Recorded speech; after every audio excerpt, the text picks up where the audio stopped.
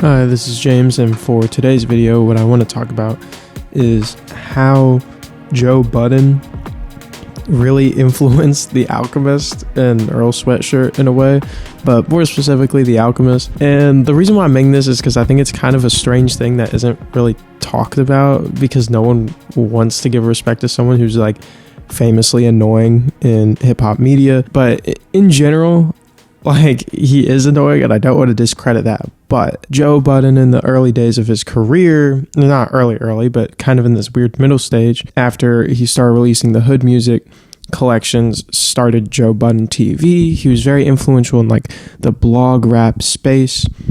And what you kind of see closest to what he's doing then now is with The Alchemist and like Action Bronson and all of the people kind of in that scene, which is a scene obviously critically respected by like hip-hop purists, respected by a lot of people, seen as something that's very artistic, while at the same time like kind of goofy. It all comes from Joe Budden, really, because he was the first, and obviously other people who have come along the way who have done similar things. I mean, like, even like, it's kind of like Soulja Boy and Lil B are like spiritual successors to it.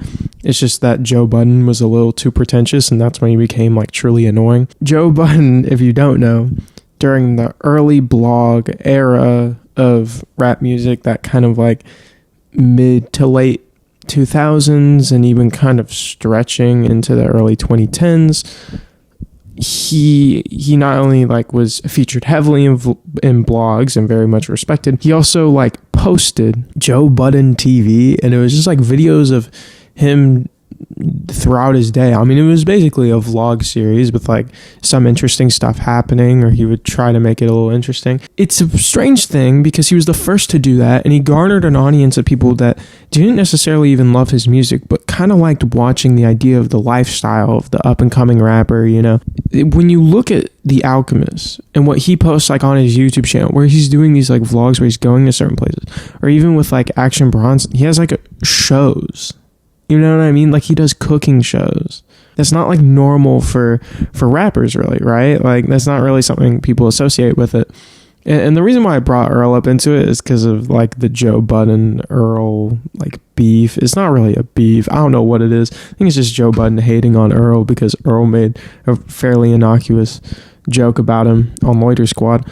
But it is something that does kind of tie the two together again, because even when you look at like Odd Future, right? They were posting like A Day in Ladera and stuff like that, which is basically just like if some teens were doing Joe Budden TV. Like, people kind of don't understand like how big Joe Budden was, which is like weird to say because he wasn't that big like musically. Like, he had the one hit in a Fast and Furious movie with Pump It Up, and like, it's kind of a horrible song. Like, it kind of is horrible. And like, the only music he has that's really respected is some of his like early mixtapes and some of the hood music stuff. And outside of that, he's kind of just seen as a joke, and reasonably so. I mean, there's the same guy that like told Lil Yachty he was like too happy and that he like needed to be more like realistic and sad. And like, he seems to be someone who perennially has biases in hip-hop and doesn't really move on past them, and doesn't do a good job of like unbiased like coverage of rappers. But I don't think he claims to be unbiased, you know. And I don't really like the guy, I'm not gonna lie. Like, I think he's kind of annoying as a figurehead in hip-hop media. That being said, like, I mean, when you think about the other people that occupy the lanes he kind of used to, it's like DJ Academics, who's horrible, like a bad guy. And like, even then, like, Charlamagne the God has like fallen off in terms of like radio interviews recently. Like, a lot of his now aren't very good, or definitely not the way that they were, you know. When you look at like, I obviously wasn't like tuning in, I was too young back in like 2010 and 2012, but like now in retrospect, and you watch some of those old Breakfast Club interviews, you see a very like energetic, like funny guy who's trying to connect with rappers. And while he was still doing annoying stuff back then, I don't want to act like he wasn't, but it's not the same now, where it's like everything feels very awkward and forced. And yeah, that's just kind of like why Joe Budden for a while was occupying this like lane that's like kind of a humble lane. It was very unique and inventive for the time. And yeah, like it's really hard to articulate how he kind of created the idea of the rapper you follow online, because that wasn't really something people did before, or like following musicians wasn't really a thing unless they were like older and basically retired. So like to create that, I mean, it's weird to say, but like how is someone like Childish Gambino, Donald Glover, making it as a rapper during like, because Donald Glover comes obviously like right after this time where Joe Budden is dominating the blog space, and then it's people like him, Kendrick, and J-Rock become big on the blog space. Drake becomes big on the blog space. Wale, J. Cole. That's the post Joe Budden blog space.